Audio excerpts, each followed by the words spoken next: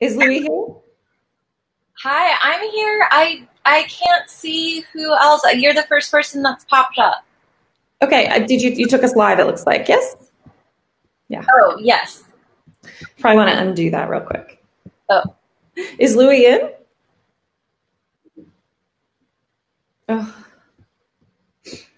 Okay.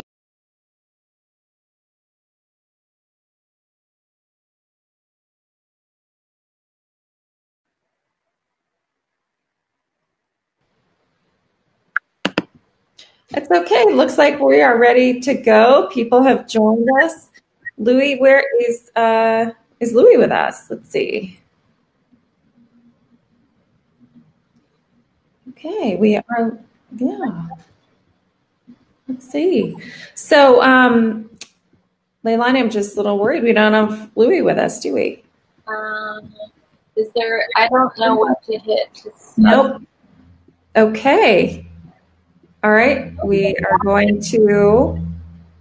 I'm going to just share our screen. Let's see.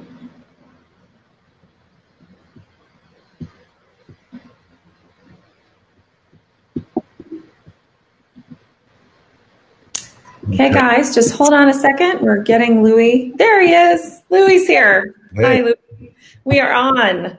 We are on with everybody. Everybody is joining in, and we're at 46 people. The numbers are ticking up as everybody left the last session is coming over. Thank you so much to Leilani and to Louie for joining us today for this incredible conversation. Louie, you joined us last year for the first time in person in Sun Valley, and it was such a pleasure to have you with us and to share even a sneak peek of the Game Changers, which we all really enjoyed and have since watched and watched with incredible admiration the impact that that film has had, as have so many of your films. And so thank you again for being with us and helping to share the storytelling needed in order to inspire this food transformation that we're all working to make happen.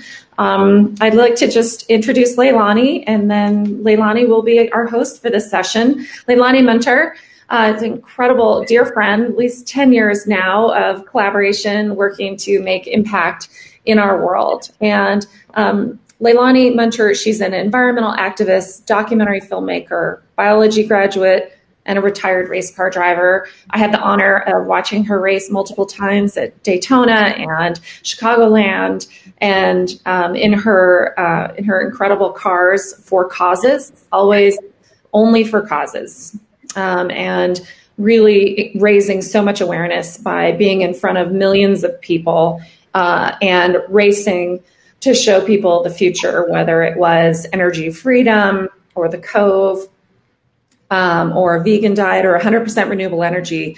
Leilani has been such an incredible voice. And so thank you, Leilani, for being with us again. Leilani first spoke at the forum in 2016, and we're so grateful to have you as part of our forum community and for you to come back here today. She, just a little bit more of the bio, she was Discovery's Planet Green #1 eco athlete in the world.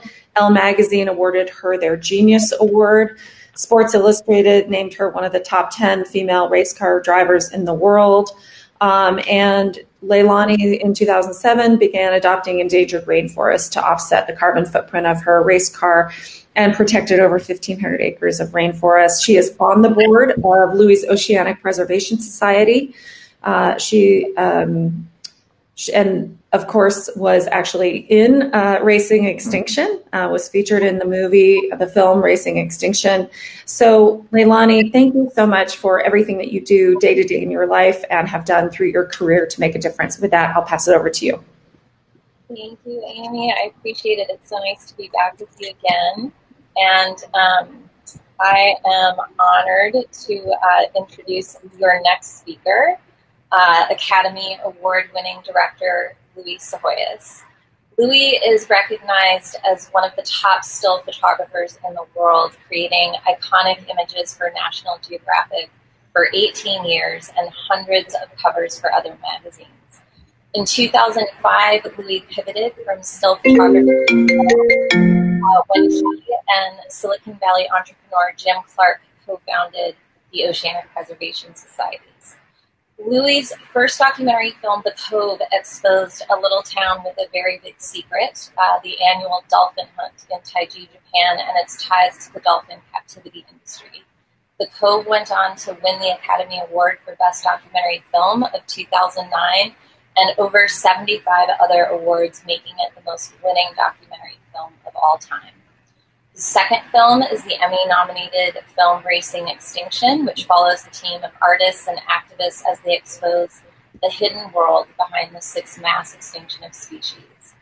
It premiered on the Discovery Channel in 220 countries and territories and was viewed by 36 million people during its television premiere. His most recent film, The Game Changers, was executive produced by James Cameron and features some of the world's strongest, fastest, and toughest athletes, and has changed the way that the world views plant-based diets. Louie is a master at using the art of storytelling to scale change around the most critical issues that are facing our planet. So please welcome Louie Psihoyos. Well, thank you, Leilani. Can you hear me okay? Yes. All right. Yeah. All right. Well, thanks for that introduction. So we're just going to have a conversation? Is that how this is going to work? Well, Louie, happy to have you present your thoughts. Happy to have a conversation, the audience, but I think starting out to share your vision for the what's needed in storytelling to transition the food system. Let's share with us your insights from your experience. You've been so effective at communicating and engaging people, and the evidence of that from the Game Changers in the food sector and from your films before. So, yeah, I mean, I guess sort of working from the beginning, like Leilani said, it was The Cove was the most winning documentary in history. It won about 100 awards from Sundance Academy Award. But it created change. That's the thing I'm most proud of, is that when we got into this business, if you want to call the documentary film business a business, because it really doesn't make that much money. You're not going to generally get rich off of this kind of work. That's not why we got into it. We got into create social change. And at the time we made The Cove, they were killing about 23,000 dolphins and porpoises every year for human consumption. They were eating them, even though the meat was toxic, is toxic. All the meat that's been tested, the dolphin meat that's been tested in Japan for the last 30 years now has been found to be toxic if it was rated the same way that fish are rated, but dolphins and porpoises are mammals. So, that's how it gets through a loophole. But because of the film and the activism around the film, I think dolphin deaths are down like over 93% now since that film came out. They're still capturing them for the entertainment business. Those numbers have actually gone up, and that's, the West has done a massive awareness campaign through other organizations like what Rickleberry has done, our organization, several others. Dolphinariums are actually shutting down in the West, but they're opening up in Japan, and now China has, I think, before COVID, there was like 26 new ones that were opening up this year. So I mean, the film had an incredible effect. When we did Racing Extinction, that film, I think it helped. One thing I learned was that when I was a photographer for National Geographic for almost 20 years, and I learned that when you can, back then we had about 15% of the population would see every issue, and you could start a water cooler conversation just by having an article in the magazine. And I wanted to do photographs back then. I wasn't working for the television group back then, but I wanted to use photographs to create cultural change. And the first story I proposed for them was a story on garbage, recycling and garbage. And this is 1980, so 40 years ago, there was only one mandatory recycling program in all of America. And that story became a cover story. I think there was 35 pictures on the inside, but it was the working title of that story I called it Urban Ore, because the rest of the world was looking at what they threw away and trying to conserve it and save it and recycle it. In America, we weren't doing any of that, but I became part of this, that article became part of this chorus. And now, there's recycling in every office in America, just about every, and I saw that these changes could happen pretty quickly. And one thing that Leilani showed me, there's an article called, it was on the science of social change, and it's called Minority Rules if you Google it.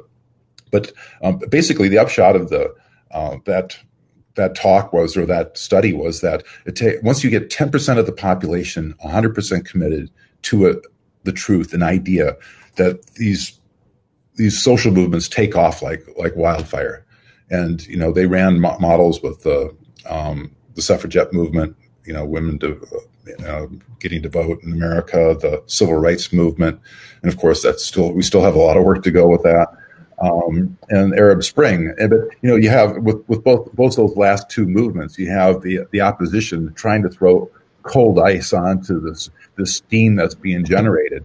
But movies, film, articles, are all part of turning up that heat to get to that 10% number, and that's what we do at OPS. We try to make films that's not just the average filmmaker in Hollywood. They look at the audiences, butts and seats, $10 in a box of popcorn. And, Leilani and I, when we do documentaries, we look at minds and seats. How can you change that mind to create behavior? And when we did the film with Leilani called Facing Extinction, I think 36 million people saw that the first day in 220 countries and territories. And, probably, over 100 million people easily have seen the film now. But now people know about that there's an extinction event going on. And when people would say, well, what's the thing I can do? There's several drivers of mass extinction. There's been 5 major extinctions in the history of the planet. We're going through one right now, but it's caused by humans. And I got to say, I agree with Mark Hyman, the last speaker, on about 90% of what he talked about. But I fervently, vehemently disagree that, part of the equation involves animal agriculture. If you look at the reason that we're not in Sun Valley right now is because people are eating animals. If you look at the history of diseases in the Americas, almost every single one of them is related to animal agriculture. You look at HIV. Somebody cannibalized a chimpanzee or a primate back in about 1908 and went through the system. Now, like 32 million people have died because of eating an animal. I went to China for Racing Extinction, where SARS started. This is the COVID, the same exact conditions that created the epidemic, the pandemic that we're in right now, existed in 2002, 2003. We were very lucky that died out fairly quickly, and within 4 months, China opened it back up. So those animals were still being eaten again. So when we went to the houses there, not the slaughterhouses, the live markets, those animals were all in the market. They were eating bats, they're eating civet cats, they're eating pangolins, they're eating all those animals that got together to cause a spillover event that caused the pandemic that we're in right now. But if you look at the raising of animals for human consumption it's the biggest cause of freshwater pollution, the biggest cause of habitat destruction. 3/4 of the pandemics that we have are caused by eating animals. You look at all the diseases that we have right now that are whooping cough. Camel pox became smallpox. The Spanish flu, that's a bird flu, might have jumped over to swines, but those are all from animal production. I would challenge Mark to go into just see if he can even get into the places where most of the food, the animal production in America is actually made or actually being processed. They won't let you in for a very good reason. They're unsanitary, they're filthy. You go into these CAFOs, these are confined animal operations, and you can't fucking breathe. You're like, oh my God, there must be something going on here. Like, is this just a moment in time? But no, these animals are living in their ammonia and urine, and they're stepping on their feces, and they get transported to the slaughterhouses. And there's feces in your chicken, there's feces in your cattle, your meat. It's the most disgusting thing in the world. And to say that this is part of the solution, I think it's just, it's unconscionable to me. I'm going to just, Louie, it's controversy and discussion. I think it is incredibly important, and thank you for voicing your voice. And I think I do think that, I won't speak for Mark, but I think there's a difference between industrialized agriculture and a different kind of agriculture. However, I don't really want to, I think it's more, we can get off of it, but it's still, it's 1%. What it's absolutely. Beef is 1% of, and to try to scale that up, it's fantasy. I'm sorry. What I'd love to do is actually, you started talking about the impact of your films, right? To engage and inform and activate people. And in the storytelling, I guess what I was wondering is, what did you see as a result of racing extinction? I mean, for me, watching from the outside, I saw a lot of shifts in certain behaviors of people around consuming and endangered species. And so I was curious kind of if you could talk about the impact side, because the filmmaking is so compelling. You draw people in, they want to act, and then you get results. And I think we need to engage and inform and activate people urgently right now. So I'm curious about the lessons or the impacts that you saw from your filmmaking. And I absolutely hear you on this other topic, but I'm curious about that first. Yeah, so when we got done with racing extinction, the number one question that we got is, what can I do? And when you see that the number one cause of species extinction is the way that we eat animals, the way that we're treating animals, habitat destruction, pollution, invasive species. It's all created by animal agriculture. Is that the focus of it?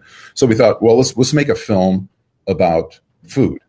In fact, plant-based food, because if you want to live the longest on the planet, you're gonna look for a whole foods plant-based diet, the so-called blue zones, places where people live the longest without chronic disease. Those are, like Okinawa, the island where people forget to die, or the land of the immortals, it's called. Sardinia, Icaria.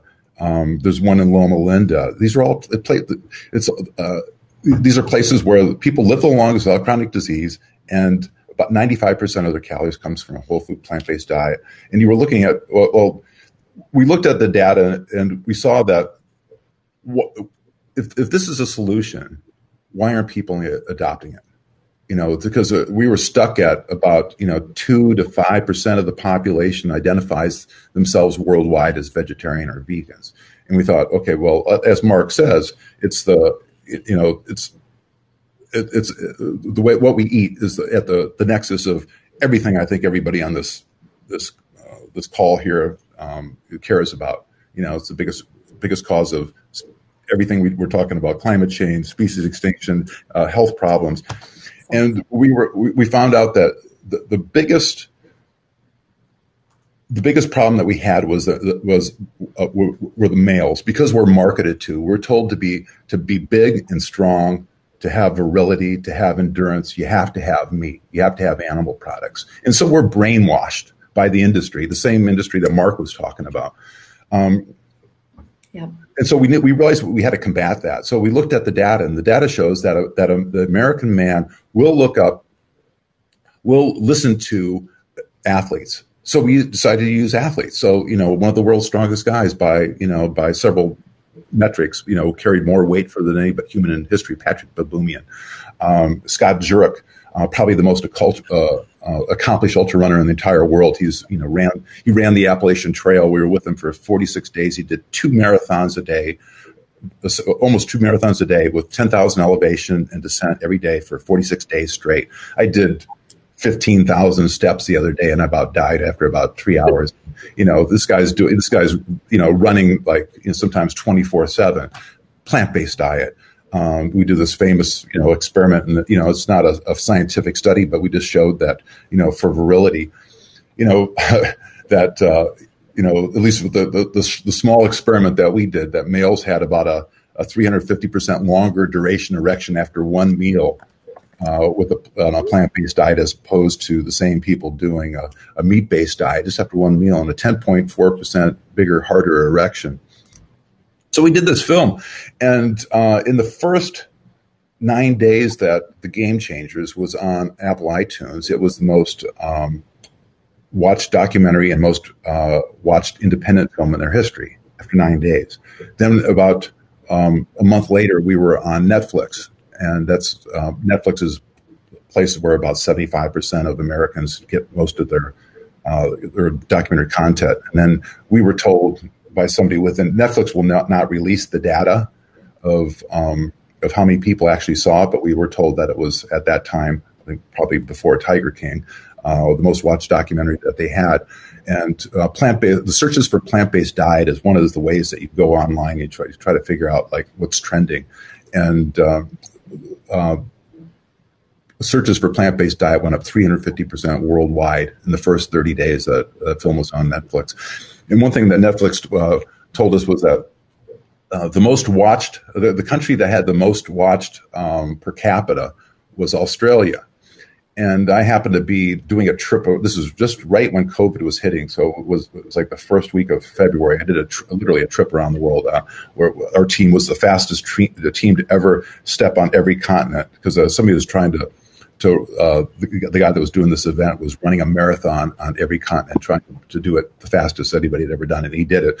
And we ended up in Australia, which is the number one country that where Game Changers was seen. So I stopped for about 2 days there, and I try to, it seemed like everybody that I talked to, from the bellboy to the concierge to the people at the restaurants that now had vegan menus, for some reason that film just took off in Australia, and it was very difficult to find anybody that hadn't seen the film.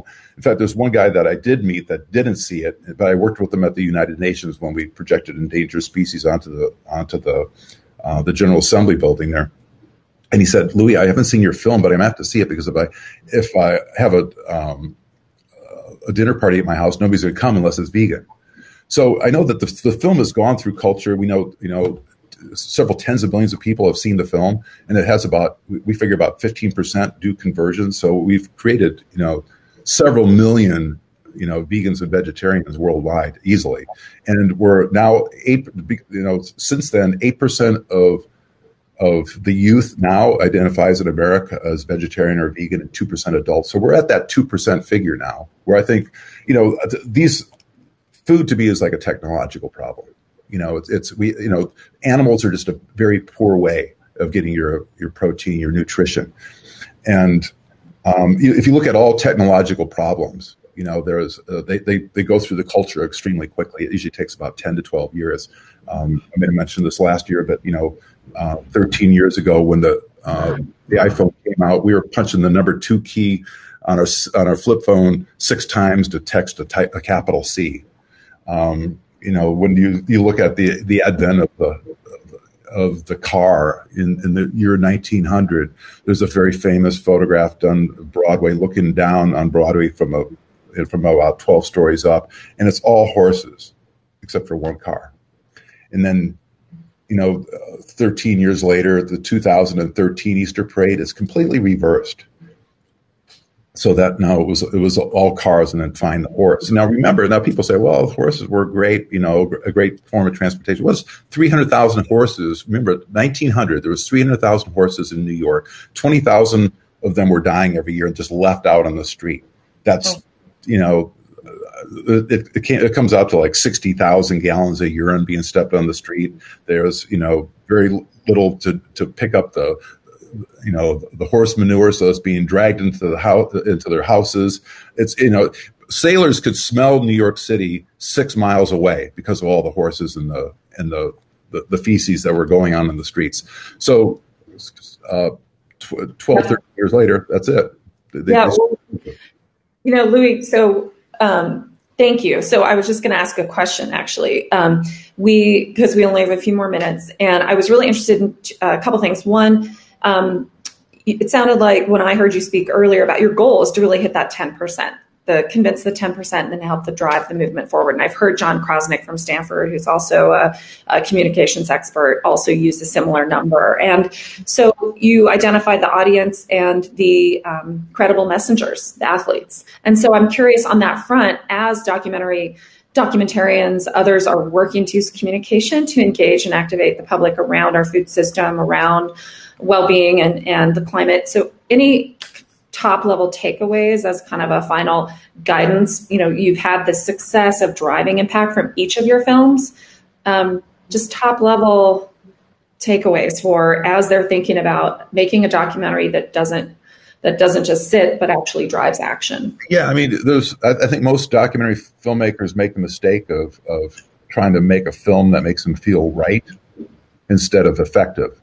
And that's what we try to do. We look at what's the data, what are the problems, and what are the solutions. And in this case, it was men were the impediment to driving the change, because a woman still traditionally in America still buys most of the food and does most of the cooking. And if a guy comes in and he doesn't see animal products on the table, he's going, oh, where's the beef? What's the problem? And it causes friction. So by looking at, what's your way in to the story? When we did the Cove, we don't talk about, animal rights as much as we do. We use the word mercury in every sentence that when we talk to the Japanese press, because, like I said, mercury is the most toxic non-radioactive element in the world. There's no reason it should be in our food, but because it biomagnifies up the food chain, it's found at like 1 million times more at the higher levels of fish and dolphins and porpoises. And because there was Minamata disease in Japan, this is about a 1950s intentional mercury being dumped into the bay. Japanese culture is very sensitive to mercury, so we don't talk about animal rights. We talk about all the mercury in the animals, and that's became really effective because mothers in Japan were being marketed to eat dolphins when they're pregnant, and so we just reiterated there's a lot of mercury in this. So trying to figure out who your audience is really important, and it might be different than trying to make a film that's going to make you feel good. Thank you. Incredibly critical message. Thank you. And thank you for all you have done and continue to do. I know you're working on a new project now around the food system. Really excited to see that come out and drive impact. And I want to thank both of you and Leilani. We're at the end of our time right now, but thank you for sharing your journey and your approach, and really looking forward to continuing to watch the incredible impact that you make and that Leilani continue to make through your work and your life as well. So thank you both. I'm sorry we don't have more time today. Thank you. Thank you so much, you guys. Okay, bye. And everybody can leave and we'll join our next session.